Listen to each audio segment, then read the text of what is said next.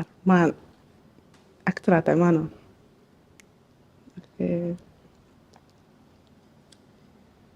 waxaa tahay qof iska arag oo degan oo maasha allah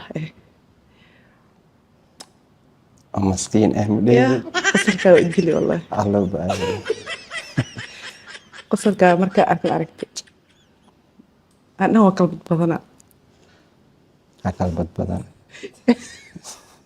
حاجة ديجو maxaa dhacay ani qosolkii ma ku cajabiyey ها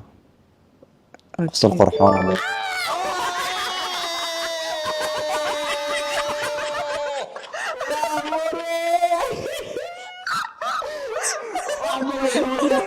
أنا حبيبي أمان أنا سوري